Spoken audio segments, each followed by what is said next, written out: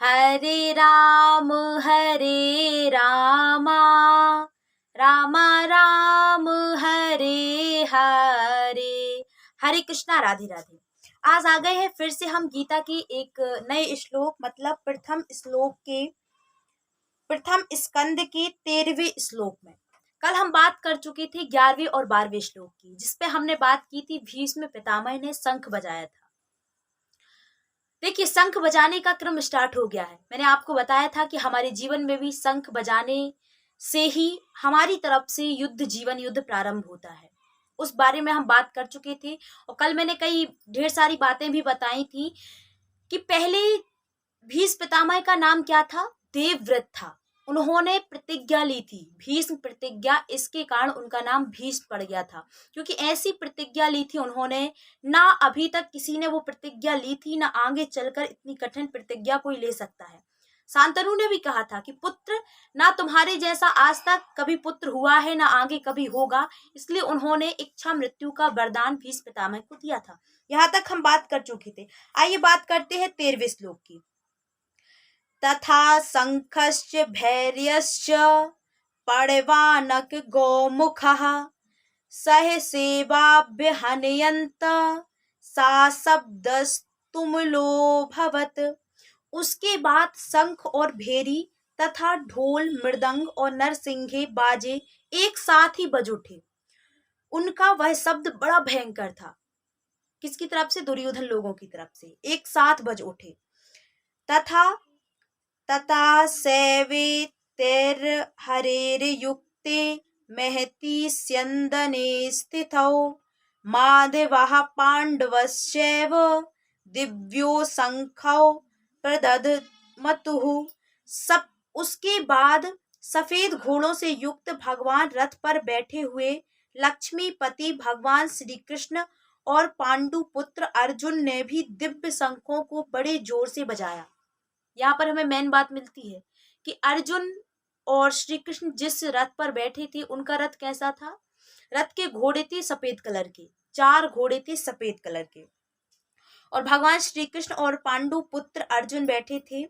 उन्होंने भी बड़े जोर से शंख बजाया। अब सबके शंखों के नाम भी हैं कि भगवान श्री कृष्ण ने कौन सा शंख बजाया था, अर्जुन ने कौन सा शंख बजाया था, तो ध्यान से सुनिए। पांचजन्यम ऋषिकेशो देवदत्तं धनंजयः पौंड्रम दधमौ महाशंखम भीमकर्माव्रकोदरः। अंतर्यामी भगवान श्री कृष्ण ने पांचजन्य शंख नामक शंख बजाया। यह उनको पांचजन्य शंख शायद जब मिला था, जब उन्होंने अपने गुरु को, उनके गुरु कौन थे? सांदीपनि। जब गुरु को गुरु दक्षिणा दी थी उनका पुत्र, तो जब गुरु पुत्र को बचाने के लिए, मतलब लेने के लिए जब गए थे, वो मृत्यु को प्राप्त हो गया था, तब लेने के लिए गए थे, तब उनको पांचजन्य शंख मिला था। तथा धनंजय अर्जुन ने देवदत्त नामक शंख बजाया। अर्जुन के शंख का नाम था देवदत्त। और भयानक कर्म वाले वृकोदर भीम ने पौंड्र नामक महाशंख बजाया। भीम ने कौन सा बजाया?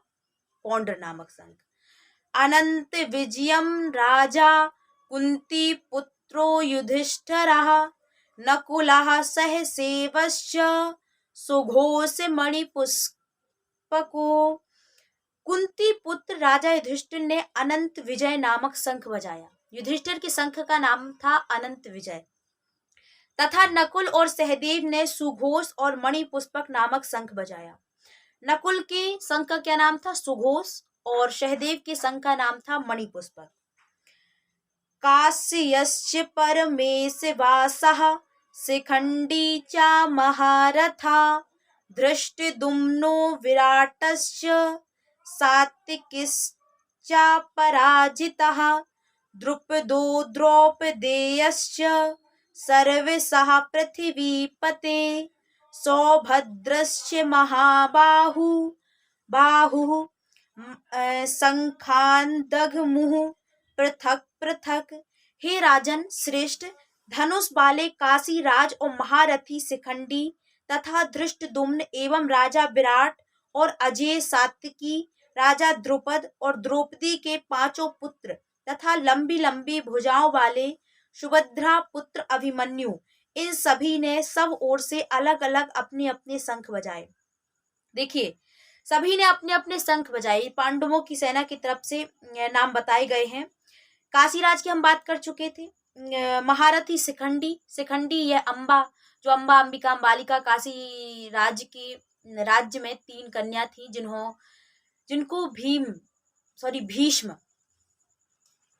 जीत करके, मतलब उनका स्वयंवर हो रहा था और जीत करके विचित्रवीर से विवाह करवाने के लिए लेकर आए थे।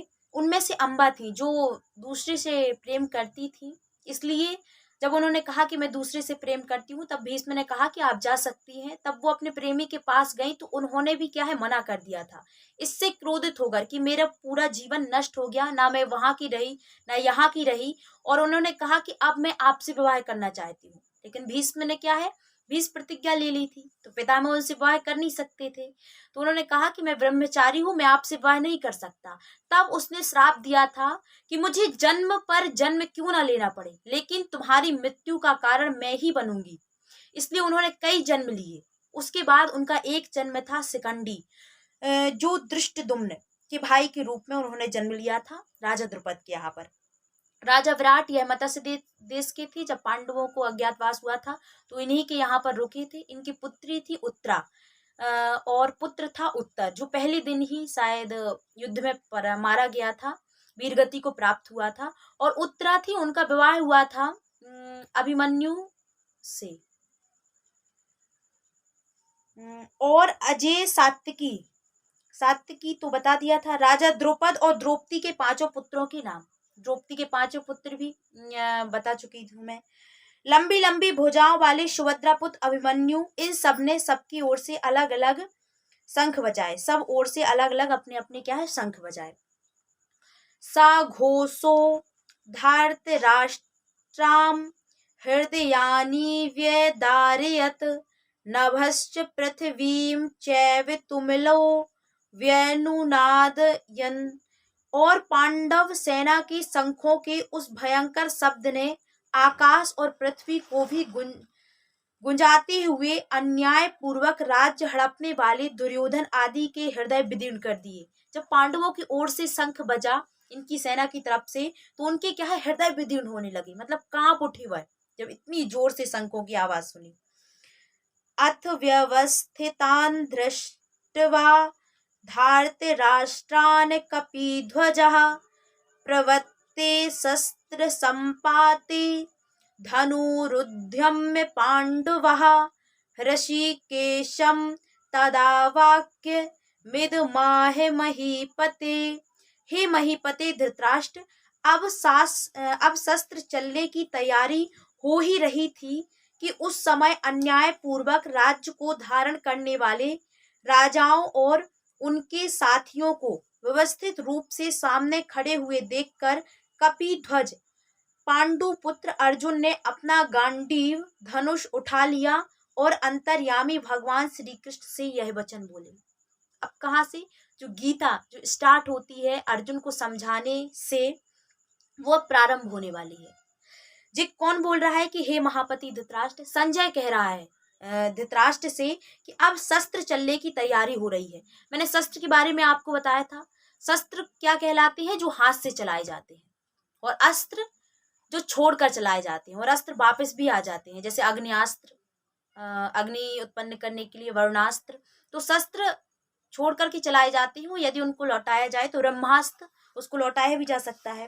तो इस प्रकार से शस्त्र चलने की बात तैयारी हो रही थी, जो हाथ से चलाए जाते हैं, कि उस समय अन्याय पूर्वक राज्य को धारण करने वाले राजाओं और उनके साथियों को व्यवस्थित रूप से सामने खड़े हुए देखकर कपिध्वज आया। कपिध्वज क्यों नाम आया, क्योंकि अर्जुन के रथ में जो ध्वज था उस पर विराजमान कौन थे, हनुमान जी। क्योंकि जब युद्ध, बहुत अच्छी बात मुझे याद आ गई, जब युद्ध समाप्त हो गया और उसके बाद भगवान श्री कृष्ण ने कहा कि अर्जुन तुम रथ से उतर सकती हो, तो पार्थ बोले कि प्रभु पहले आप उतरिए, हमें कह रहे हैं उतरने के लिए। तो भगवान ने कहा कि नहीं अर्जुन, मैंने कहा है कि तुम उतर जाओ। तब अर्जुन उतरे। फिर उसके बाद भगवान श्री कृष्ण ने घोड़ों को छोड़ा, फिर वो उतरे। तो उसके बाद क्या हुआ, वो जो रथ था वह नीचे धंस गया और पूरा खंडित हो गया था रथ, मतलब टूट गया था, बिखर गया था। और इतनी जोर से आवाज आई, एकदम से विस्फोट टाइप की। तब अर्जुन ने पूछा कि ऐसा क्यों हुआ। तब भगवान कृष्ण बोले कि अर्जुन, तुम क्या सोच रहे थे कि ये रथ तुम चला रहे हो, इस रथ पे ऊपर ध्वज में श्री हनुमान जी विराजमान थे। तो उनकी ध्वज में कौन थी? कपि ध्वज, इसलिए नाम है कपि और ध्वज। कपि भगवान हनुमान जी का नाम है और इसलिए ध्वज। पांडु पुत्र अर्जुन ने अपना गांडीव, अर्जुन के धनुष का क्या नाम था? गांडीव, उठा लिया और अंतर्यामी भगवान श्री कृष्ण यह वचन बोले। कल बात करेंगे कि अर्जुन क्या भगवान से वचन बोले। इस पर आप विचार करिए। मैं आपसे विदा लेती हूँ। हरे कृष्णा, राधे राधे।